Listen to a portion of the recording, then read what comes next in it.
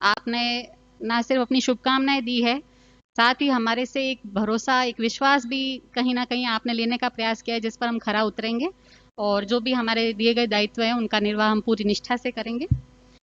कार्यक्रम को आगे बढ़ाते हुए मैं बताना चाहूंगी, गांधी जी ने अपने राजनीतिक आंदोलनों के साथ साथ समाज सुधार के लिए भी आंदोलन चलाए। उन्होंने जातिवाद, साम्राज्यवाद, संप्रदायवाद के खिलाफ कड़ा संघर्ष किया। दक्षिण अफ्रीका में उन्होंने श्वेत लोगों की रंगभेद नीति का विरोध किया तथा बाद में उन्होंने भारत में प्रचलित अन्याय, अत्याचार और उत्पीड़न के विरुद्ध एक समाज सुधारक के रूप में संघर्ष किया। स्पष्ट है कि सामाजिक सुधार क्षेत्र में उनके विचार और कार्यों का महत्वपूर्ण योगदान रहा है। उनके इसी रूप को हम डॉक्टर शैलेंद्र गहलोत के व्याख्यान गांधी समाजशास्त्रीय आईने में के माध्यम से और अधिक बेहतर ढंग से समझेंगे। इसके लिए मैं आमंत्रित करती हूं डॉक्टर शैलेंद्र गहलोत सर को कि वे मंच पर पधारें और गांधी जी के सामाजिक विचारों और कार्यों के संदर्भ में अपने विचार प्रस्तुत करें।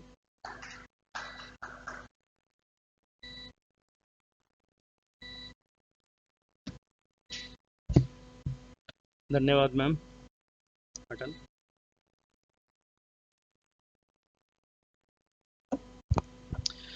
माँ सरस्वती को नमन। पूज्य बापू के चरणों में श्री वंदन। आदरणीय प्राचार्य महोदय और महाविद्यालय परिवार के मेरे सभी विद्वान साथीगण, जैसा कि प्रिंसिपल सर ने भी कहा कि पिछले एक साल से महात्मा गांधी का जो ये 150वां जन्म वर्ष है उसको संपूर्ण भारतवर्ष में मनाया जा रहा है। और राजस्थान सरकार ने भी एक ये कार्यक्रम चलाया था जिसमें सभी विभागों के लिए एक प्रकार से ये अनिवार्य था कि वो कुछ न कुछ कार्यक्रम इस दिशा के अंदर संचालित करें। इसी क्रम में हमारे महाविद्यालय के अंदर भी गांधी वैचारिक विरासत व्याख्यान माला हमने आयोजित की थी, जिसमें बाहर के कुछ लोगों को हमने बुलाया भी था, उनके व्याख्यान भी हमने करवाए थे। और अलग अलग प्लेटफॉर्म पर, चाहे वो एनएसएस हो, एनसीसी हो या कॉलेज के जो दूसरे जितने भी प्लेटफॉर्म्स हैं उसमें हमने प्रोग्राम्स करवाए थे। हालांकि कोविड सिचुएशन की वजह से जो ये कार्यक्रम जिस ढंग से चलने चाहिए थे पूरे भारत में उस तरह से नहीं चले, क्योंकि जहाँ तक मेरी जानकारी है अपने भारत में जो पहला मामला आया था कोविड का वो लगभग महात्मा गांधी की जो पुण्यतिथि थी उसके आसपास जनवरी में आया था वो। तो ऐसी परिस्थिति में उसके बाद के जितने भी कार्यक्रम थे वो इससे ज़रूर प्रभावित हुए हैं, लेकिन फिर भी वर्चुअल फ्रंट पर सबने अलग अलग तरीके से अपने प्रयास करने किए हैं। और उसी क्रम में आज हम लोग एक सोशल डिस्टेंसिंग के साथ में इस विषय के ऊपर बात करने के लिए यहाँ एकत्रित हुए हैं। जैसा कि मुझे आदेश हुआ है कि मैं महात्मा गांधी का एक समाजशास्त्रीय विश्लेषण आपके समक्ष प्रस्तुत करूं, या गांधी जी के जो सामाजिक कार्य हैं।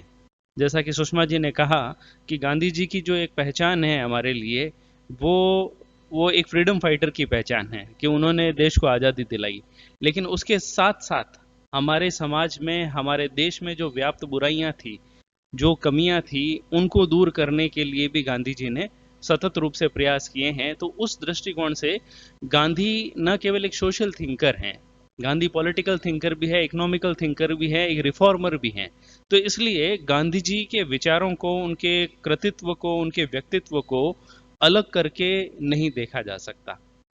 और खास तौर से हम लोगों के लिए, हम जो भारत के लोग हैं उनके लिए वास्तव में ये एक बहुत ही गर्व का विषय है कि हम उस देश में पैदा हुए हैं जहां पर गांधी जी ने जन्म लिया था। दुनिया में कई सारे ऐसे लोग हैं जो एक अंतर्राष्ट्रीय दृष्टिकोण से अगर मैं बात करूं तो गांधी की जो मान्यता है या गांधी के विचारों की जो स्वीकार्यता है पूरे विश्व में है। और कई सारे ऐसे लोग हैं दुनिया में जो गांधी को अपना आदर्श मानते हैं।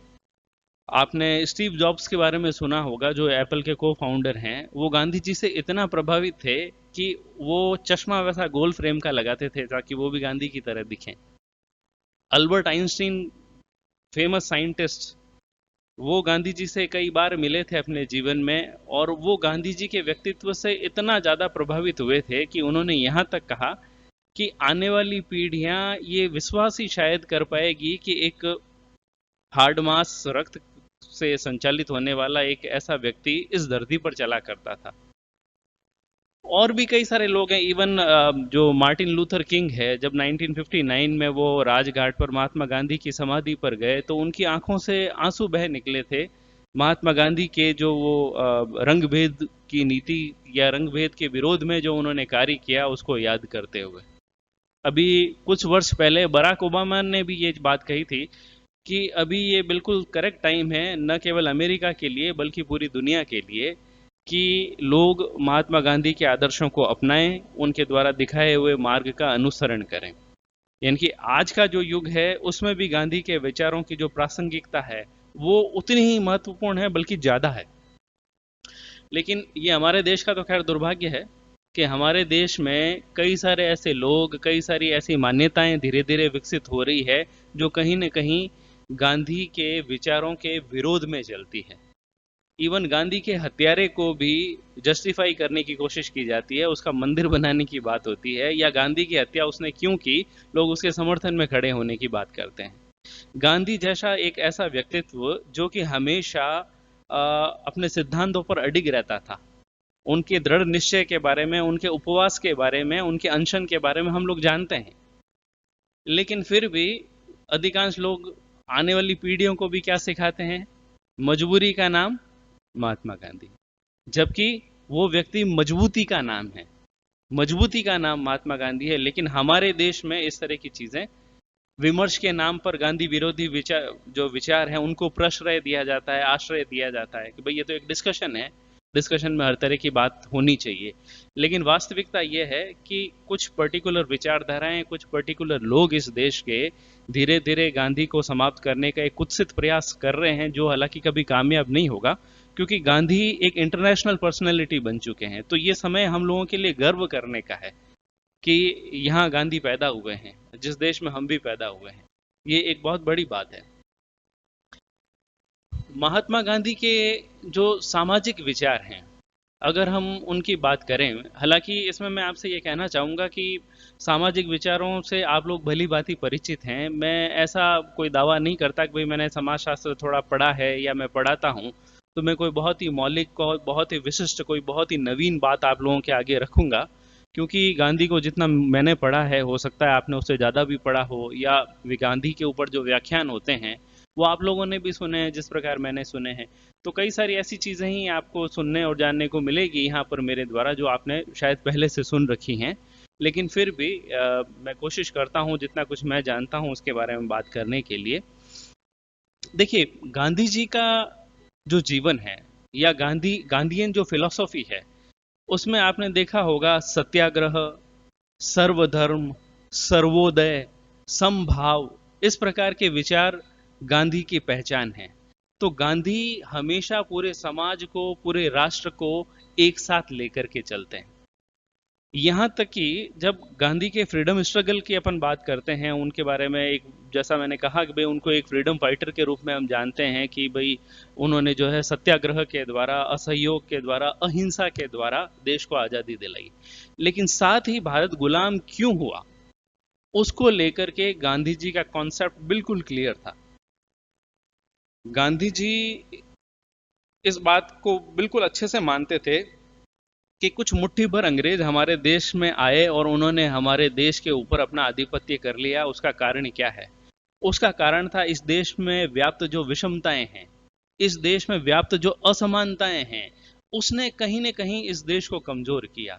वो असमानताएं चाहे जाति के आधार पर हो, चाहे लिंग के आधार पर हो, चाहे धर्म के आधार पर हो, या कहीं न कहीं श्रम के प्रति जो हमारी एक उपेक्षा का भाव है, हम मेहनत नहीं करना चाहते हैं, ये जो भाव है, ये सारी चीजें कुछ ऐसी हैं जिससे कि भारत जो है एक यूनाइटेड कंट्री के रूप में, एक देश के रूप में कभी भी बन नहीं पाया।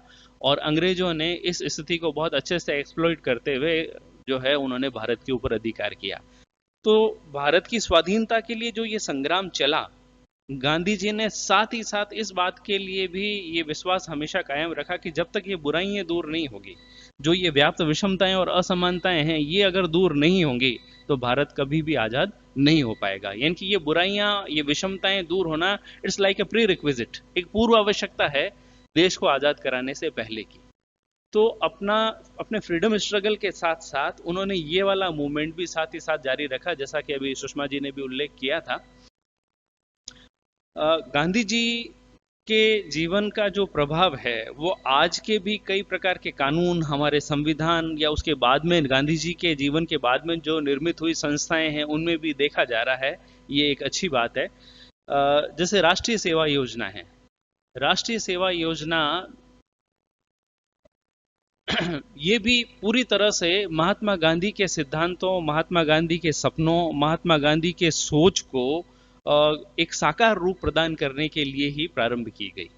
क्योंकि महात्मा गांधी हमेशा ये मानते थे कि जो देश का युवा है वो शिक्षा प्राप्त करने के साथ साथ राष्ट्र की समस्याओं को समझे, और न केवल समझे बल्कि अपने प्रयासों के द्वारा, अपने श्रम के द्वारा उन समस्याओं को दूर करने में भी अपनी एक सक्रिय भूमिका को अदा करे। तो इसी कारण से 1969 में, जो कि महात्मा गांधी का 100वां जयंती वर्ष था, जैसे अभी अपन 150वां वर्ष मना रहे हैं, वो 100वां वर्ष था। उस वक्त जो है एनएसएस शुरू हुआ था, और अब 150 साल हुए हैं गांधी जी के जन्म को, और 50 साल हो गए हैं राष्ट्रीय सेवा योजना के प्रारंभ हुए। तो हम राष्ट्रीय सेवा योजना में भी अभी ये गोल्डन जुबली ईयर इस साल हम लोगों ने मनाया है। तो महात्मा गांधी का जो पूरा जीवन है वो राष्ट्रीय सेवा योजना के जो सिद्धांत हैं, बिल्कुल उन सिद्धांत, जो सिद्धांत आज की तारीख में हम देख रहे हैं, उन सिद्धांतों के लिए पूरी तरह से समर्पित था। राष्ट्रीय सेवा योजना का एक आदर्श वाक्य है, नॉट मी बट यू, यानी कि स्वयं के लिए नहीं बल्कि आपके लिए। तो ये विचार महात्मा गांधी के व्यक्तित्व और कृतित्व में साफ देखने को मिलते हैं। गांधी जी आप सब जानते हैं चरखा चलाया करते थे, अपनी आवश्यकताओं की पूर्ति के लिए जो वस्त्र है वो भी खुद ही वो तैयार करके पहना करते थे, है ना। और उसके अलावा गांधी जी के जीवन की आवश्यकताएं भी उन्होंने कोई इतनी बड़ी नहीं रखी कि जिनको पूरा करने के लिए कोई आश्रितता का भाव रखना पड़े। और दूसरों के लिए तो वो इतना सोचते थे कि एक दृष्टांत आप लोगों ने शायद सुना होगा कि गांधी जी एक बार ट्रेन में यात्रा कर रहे थे, तो उनका एक जूता पैर से स्लिप होकर के गिर गया, कहीं पटरी पे या प्लेटफॉर्म पे कहीं गिर गया। तो गांधी जी ने क्या किया होगा, फटाक से अपना दूसरा जूता भी निकाल करके वहीं फेंक दिया कि कम से कम मेरे तो अभी एक जूता काम नहीं आएगा, जिस व्यक्ति को ये मिलेगा उसको दोनों मिलेंगे तो ये उसके तो काम आएगा। तो ये एक बहुत बड़ी बात होती है दूसरों के लिए सोचने की, है ना।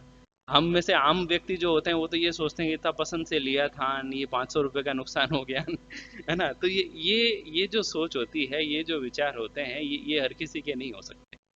इसी तरह से जो श्रम के प्रति जो एक लगाव है या अपना काम खुद करने की जो भावना है, वो भी गांधी जी के अंदर एक कूट कूट करके भरी हुई थी।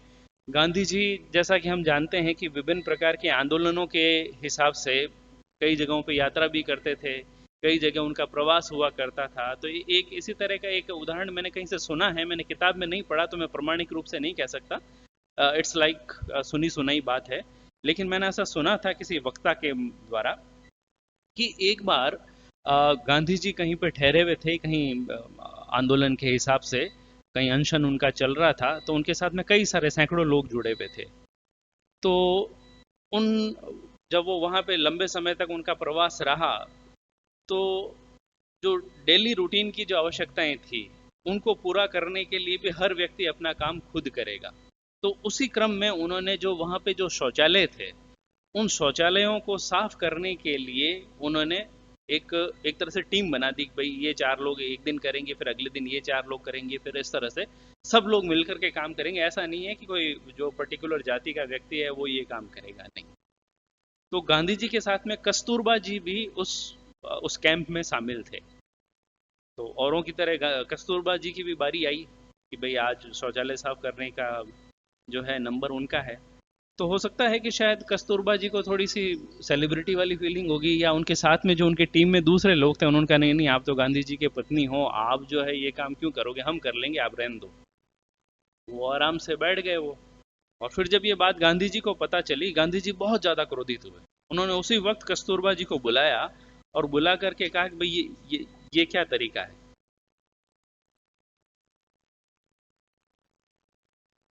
ये आपने ये क्यों किया इस तरह से। तो उन्होंने वो संतोषजनक जवाब नहीं दे पाए, तो गांधी जी उनसे इतने ज्यादा क्रोधित हुए कि अगर कल अकेले आपने ये सफाई का पूरा काम नहीं किया तो एक तो आप सीधा कैंप छोड़ करके यहाँ से चले जाना, और मैं अपने सारे संबंध आपसे उस इसी समय में विच्छेद करता हूँ। अगर आप जो है इस श्रम साधना के काम में मेरे साथ में नहीं रह सकते हो तो जीवन में किसी भी रूप में मुझे आपके साथ की आवश्यकता नहीं है। तो ये एक बहुत बड़ी बात होती है। तो गांधी के जीवन से संबंधित ऐसे बहुत सारे प्रसंग हैं, बहुत सारी बातें हैं। जैसे गांधी जी के जीवन की जो शुरुआत हुई थी भारत में, तो खैर उन्होंने जो काम किया था उससे पहले 17 साल तक उन्होंने साउथ अफ्रीका में काम किया। मेरे ख्याल से अगर करेक्ट नहीं हूं तो हरिराम जी मुझे करेक्ट करेंगे कि गांधी जी का जो एक वो फेमस दृष्टांत है, जो टर्निंग पॉइंट गांधी जी के जीवन में साबित हुआ, कि जिसमें गांधी जी ट्रेन में यात्रा कर रहे थे, उन्होंने फर्स्ट क्लास का टिकट ले रखा था, लेकिन चूंकि वो गौर वर्ण के नहीं थे, गोरी चमड़ी के अंग्रेज नहीं थे, तो एक अंग्रेज ने उनको ट्रेन से धक्के मार करके हटा दिया, भगा दिया वहां से, है ना। तो इस घटना का गांधी जी के जीवन के ऊपर बहुत बड़ा प्रभाव पड़ा। तो दक्षिण अफ्रीका में जाकर के वहाँ के जो भारतीय हैं प्लस वहाँ के जो अश्वेत लोग हैं उनके साथ में मिलकर के उन्होंने बहुत काम किया। रंग भेद से संबंधित जितने भी कानून बने हुए थे, सत्याग्रह के आधार पर उन कानूनों का उन्होंने विरोध किया।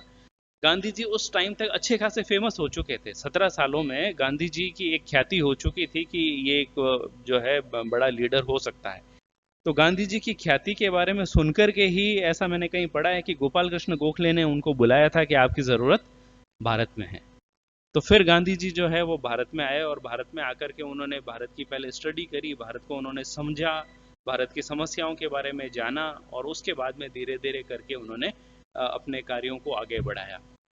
तो गांधी जी के जब हम कार्यों की बात करते हैं तो जो खास तौर से सामाजिक, क्योंकि बाकी सारे जो हैं वो अलग, दूसरे जितने वक्ता हैं वो अलग पॉइंट के ऊपर बात करेंगे, तो उसमें गांधी जी ने जो भारत की जाति व्यवस्था है, जाति व्यवस्था और अस्पृश्यता, जिसको कि हम छुआछूत कहते हैं, अनटचेबिलिटी, वो उस दौर में एक विकराल रूप में भारत के अंदर मौजूद थी। तो इस व्यवस्था ने भारत को बहुत कमजोर किया। एकता होनी चाहिए थी, उसको होने नहीं दिया। गांधी जी इस बात से पूरी तरह से वाकिफ थे, तो इसको दूर करने के लिए उन्होंने प्रयास किए।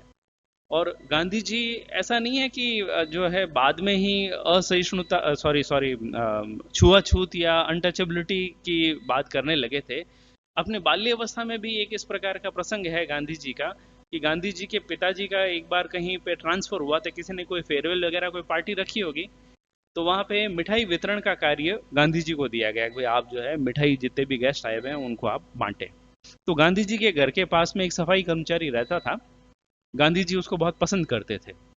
तो गांधी जी जब मिठाई बांटने लगे तो वो सामने दिखा, तो सबसे पहले गांधी जी ने उसको मिठाई देने की कोशिश की। वो बेचारा थोड़ा सा पीछे हट गया कि नहीं नहीं, मैं तो निम्न जाति का हूँ, आप मुझे नहीं। तो गांधी जी ने उसका हाथ पकड़ करके सबके सामने उसके हाथ में मिठाई रखी। तो ये गांधी जी के बाल्यावस्था की बात थी। तो इसलिए क्या है कि गांधी जी बचपन से ही इस प्रकार की एक समानतावादी विचारधारा रखे हुए थे। उस समानतावादी विचारधारा का पोषण करने वाले व्यक्तित्व वो बाल्यकाल से ही थे। और जब वो भारत में आए उन्होंने इसके संदर्भ में काफ़ी काम किए। इसमें एक मैं एग्जांपल आपको देना चाहूँगा, 1932 हरिजन सेवक संघ, उसकी स्थापना 1932 में हुई थी।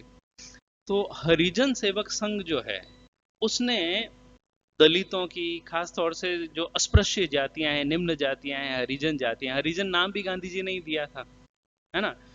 तो इनके उद्धार के लिए विशेष प्रयास किए जाने की आवश्यकता के ऊपर गांधी जी ने बल दिया। और इसके ऊपर बल देते हुए उन्होंने 1932 में जब ये हरिजन सेवक संघ बनाया तो उसकी अध्यक्षता उस वक्त प्रसिद्ध उद्योगपति घनश्याम दास बिड़ला ने, ये उसके जो है लंबे समय तक अध्यक्ष रहे थे। एक बहुत ही शानदार वाली फिलॉसफी गांधी जी ने इसके पीछे लोगों को बताई। एक निर्मला देश पांडे का एक मैं आर्टिकल पढ़ रहा था इसके बारे में, तो जिसमें उन्होंने जो पश्चाताप का दर्शन, ये इसको लेकर के लोगों को कन्विंस किया। जो तथाकथित जो उच्च जातियां थी, जो सवर्ण जातियां थी, उनके लोगों को गांधी जी ने इकट्ठा किया, इकट्ठा करके उन्हें कन्विंस किया कि भाई हमारे जो पुरखे थे, हमारे जो पूर्वज थे, उन्होंने अस्पृश्यता या छुआछूत को चलाने का पाप किया है। और हम ये चाहते हैं कि उनको इस पाप से मुक्ति मिले, तो हमें मिलकर के इस बुराई को दूर करने का प्रयास करना है। तो इसके लिए उन्होंने क्या किया, पूरे भारत में इस कार्यक्रम को चलाया। पूरे भारत में मतलब ईस्ट वेस्ट नॉर्थ साउथ सब जगह। जैसे पूरब की बात करें तो आसाम में गोपीनाथ बोरदोले इस प्रोग्राम के जो थे, उन्होंने इस कार्यक्रम को संभाला। उत्तर में हम बात करें तो गोविंद वल्लभ पंत, साउथ में सी राजगोपालाचारी। इसी तरह से अगर अपन पूरब में ही और बात करें बिहार में, तो बिहार में राजेंद्र प्रसाद, बाबू जगजीवन राम। या वेस्ट की बात करें तो वहाँ पे मोरारजी देसाई। या सेंट्रल इंडिया मध्य प्रदेश की अगर हम बात करें तो वहाँ पे पंडित वियोगी हरि।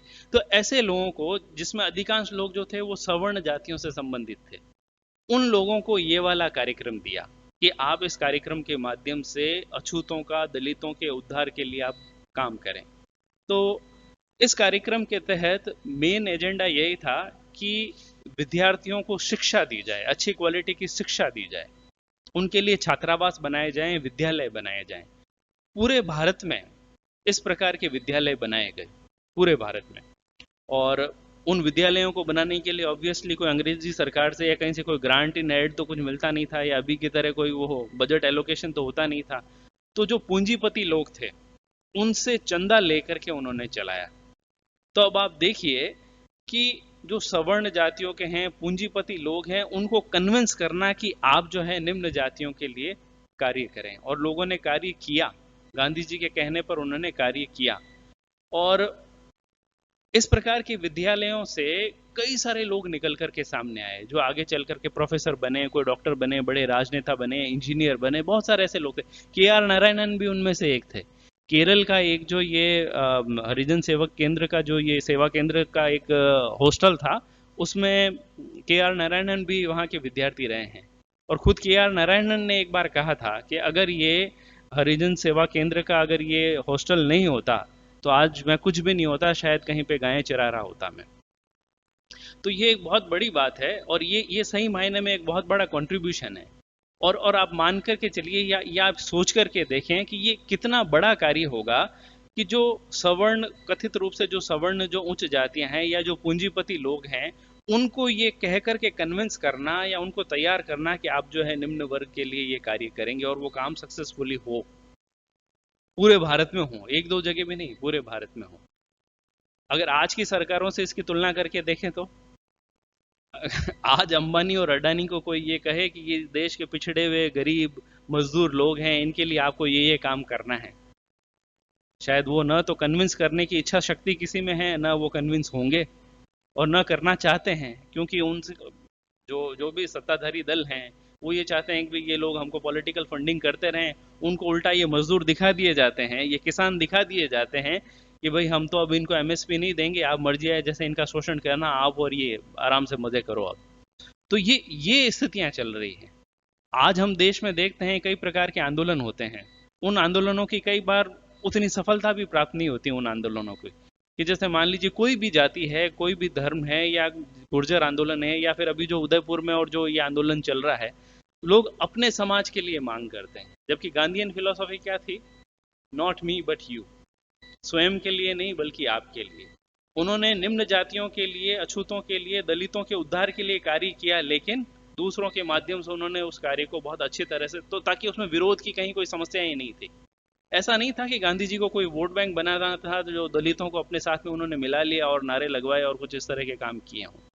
तो ये एक प्रकार का एक कॉन्क्रीट कंट्रीब्यूशन है जो वास्तव में गांधी जी ने इस देश को दिया है, जो एक बहुत बड़ी बात थी। जो अगर अपन सोचें आज की तारीख में, तो शायद सोचने में भी ऐसा लगेगा कि ऐसा कोई होता है कि ये तो कोई बेवकूफ़ी वाली बात हो जाएगी। तो इस प्रकार की चीज़ें हमारे देश में हुई हैं और वो इस महामानव ने की है। इसी तरह से अगर हम बात करें, ये तो गांधी जी के जीवन की जातिवाद या छुआछूत से संबंधित जो बात थी। इसके अलावा अगर हम बात करें धर्मनिरपेक्षता की, या भारत में जो है अलग अलग प्रकार के जो धर्म के लोग हैं, चाहे वो बहुसंख्यक हो अल्पसंख्यक हो, तो वैचारिक रूप से उनमें असमानताएं हमेशा से विद्यमान रही है।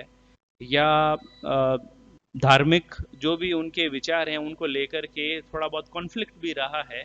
और कुछ वर्गों ने, जो शासक वर्ग था उस समय का, उन्होंने इन असमानताओं के आधार पर लोगों में विरोध आपस में पैदा भी किया था।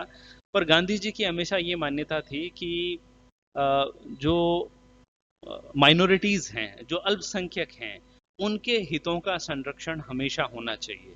और जो बहुसंख्यक जो धर्म के लोग हैं, हिंदू धर्म के जो लोग हैं, उनका ये कर्तव्य है कि वो अल्पसंख्यकों के जो भी हित हैं उन हितों की रक्षा के लिए न केवल कार्यक्रम चलाएं बल्कि आगे बढ़ करके अपनी तरफ से वो सहयोग दें।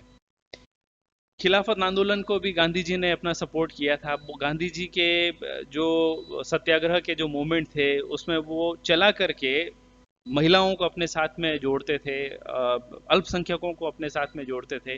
कई सारे ऐसे लोग थे जो गांधी जी के बहुत परम मित्र थे, जो मुस्लिम समुदाय से थे, जो गांधी जी के एक आह्वान मात्र पर जो है वो जुड़ते थे। तो इन्हीं वजह से जो आंदोलन उस समय में हुए थे वो काफी हद तक सफल सिद्ध हुए थे। इसी तरह से अगर हम बात करें महिलाओं की, महिलाओं के संबंध में भी जो गांधी जी के विचार हैं, वो जो ट्रेडिशनल जो मनुवादी विचार थे वो उनका विरोध किया करते थे। मतलब ये गांधी जी हमेशा इस बात को मानते थे कि महिलाएं जो हैं वो एक, उनको बिल्कुल समानता का दर्जा इस देश के अंदर मिलना चाहिए। और महिला और पुरुष दोनों मिलकर के, कंधे से कंधा मिला करके जब तक इस देश में एक साथ नहीं जुड़ेंगे तब तक इस देश का कल्याण संभव नहीं है। तो हर मुद्दे पर कोई सा भी इश्यू हो, कोई सा भी एजेंडा हो, उसमें वो महिलाओं की जो भागीदारी है उसको सुनिश्चित करने के लिए वो हमेशा प्रयासरत रहते थे। महिलाओं से संबंधित जो समस्याएं हैं, चाहे वो बाल विवाह की समस्या हो, दहेज प्रथा की समस्या हो, जो भी सोशल प्रॉब्लम्स जिनकी हम बात करते हैं समाज शास्त्र में, तो उनको लेकर के भी गांधी जी ने बहुत ही बेबाकी के साथ में अपने विचार रखे। बाल विवाह के भी वो मतलब जो एक विरोधी माने जाते थे। उन्होंने उस वक्त इस बात का प्रचार प्रसार किया कि 15 साल से पहले किसी भी लड़की का विवाह नहीं होना चाहिए, विवाह नहीं किया जाना चाहिए। और जो बाल विधवाएं हैं, कोई अगर महिला अगर जो है वो विधवा हो गई है किसी कारण से, तो उसके पुनर्विवाह की जिम्मेदारी भी उसके परिजन, उसके परिवार के लोग हैं, उनको लेनी चाहिए। क्योंकि उस समय जो है वो विधवाओं की स्थिति बहुत दयनीय थी, बाल विवाह होते थे। गांधी जी का ये भी मत था कि शारीरिक और मानसिक रूप से अगर व्यक्ति परिपक्व नहीं है और उसमें जीवन साथी को चुनने के लिए जो एक चॉइस का एलिमेंट है अगर वो नहीं है, तो ऐसा युगल जो है किसी भी नए जीवन की एक सफल शुरुआत नहीं कर सकता। तो ये जो कॉन्सेप्चुअल क्लैरिटी है, ये एक बहुत बड़ी बात है जो गांधी जी के अंदर इस बात को लेकर के थी। कौन है भाई?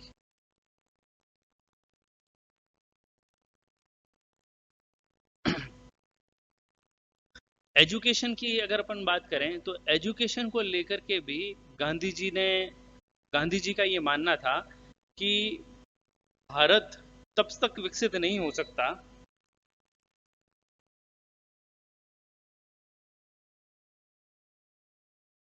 तो एजुकेशन की बात हम कर रहे थे, तो गांधी जी शिक्षा, प्रत्येक व्यक्ति शिक्षित हो, इस बात के पक्षधर थे गांधी जी। और शिक्षा भी किस प्रकार की? केवल ऐसी शिक्षा नहीं कि जिसमें ठीक है कोई डिग्रियां मिल रही हो या प्राथमिक रूप से इंसान को अपना नाम लिखना पढ़ना आ जाए, वैसे शिक्षा नहीं। ऐसी शिक्षा जो व्यक्ति का चरित्र का निर्माण करे, उसमें अनुशासन के भाव पैदा करे, उसको अपने अधिकारों के प्रति सजग बनाए, उसे अपने कर्तव्यों का भान दिलाए, इस प्रकार की शिक्षा। इसके अलावा व्यवसाय उन्मुख शिक्षा, क्योंकि गांधी जी का यह स्पष्ट मत था कि जो शिक्षा अर्थोपार्जन में सहायक सिद्ध नहीं हो पाती है वो शिक्षा व्यर्थ है। तो इसलिए वोकेशनल एजुकेशन प्लस जो है इस तरह की एजुकेशन जिससे कि किसी न किसी रूप में अर्निंग हो सकती हो, ऐसी एजुकेशन को प्रमोट करना गांधी जी का एक मकसद था। गांधी जी शिक्षित व्यक्तियों के लिए तो यहां तक कहा करते थे कि एक शिक्षित व्यक्ति जो है, शिक्षित व्यक्ति राजा से भी बढ़कर के सम्माननीय है। ये कोट भी आपने कहीं पढ़ा होगा कि राजा का सम्मान कहाँ होता है? केवल अपने राज्य में या जहां पर उसका शासन चलता है। और शिक्षित व्यक्ति पूरे संसार में अपने ज्ञान, अपनी नॉलेज, अपनी एजुकेशन के बल पर सम्मान प्राप्त करता है। तो राजा से भी अधिक सम्मानीय एक शिक्षित व्यक्ति है।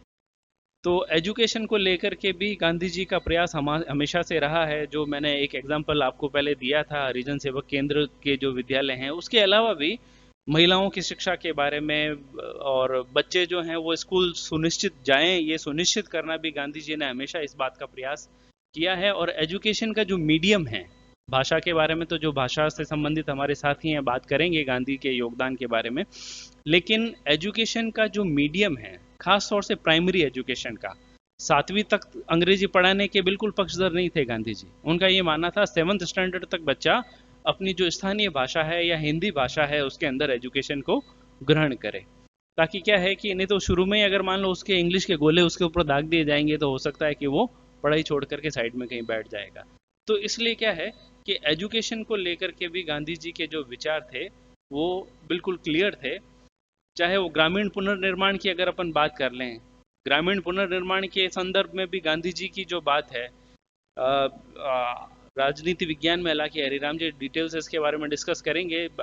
लोकतांत्रिक विकेंद्रीकरण, पंचायती राज, ये जो अभी जो इलेक्शन चल रहे हैं पंचायती राज के, या ये जो कॉन्सेप्ट डेवलप हुआ, ये भी गांधी जी के सिद्धांतों के ऊपर ही आधारित था।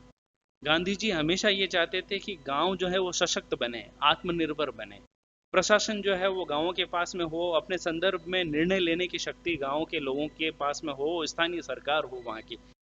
तो इस प्रकार के विचार गांधी जी के थे। और सामाजिक समस्याओं की अगर अपन बात करें, मेरे ख्याल से समय काफी हो चुका होगा, अब 5 मिनट और लें। सामाजिक समस्याओं में एक कोटेशन हम लोग सुनते हैं गांधी जी का मद्य निषेध के विषय में। मद्यपान या शराब, कई परिवार बर्बाद होते हुए गांधी जी ने देखे हैं। तो गांधी जी ने परिवार की महिलाओं को भी इस बात के लिए उन्होंने जागरूक किया कि उनके परिवार का कोई भी सदस्य जो है वो शराब नहीं पिए। उन्होंने स्पष्ट कहा था जो शराब पी के उसको खाना ही मत दो आप।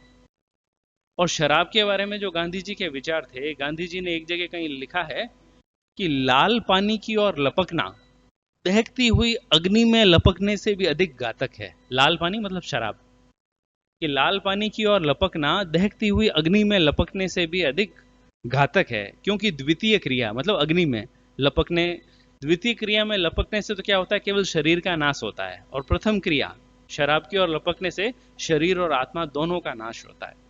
तो इसलिए शराब के विषय में भी, क्योंकि ये व्यक्ति को सामान्य नहीं रहने देती, जो राष्ट्र के प्रति जो उसके उत्तरदायित्व हैं, परिवार के प्रति जो उसके उत्तरदायित्व हैं, उसका भान व्यक्ति को हो नहीं पाता है। तो इसलिए गांधी जी शराब को भी एक बहुत बड़ी समस्या माना करते थे और उसको दूर करने के लिए भी उन्होंने प्रयास किए हैं।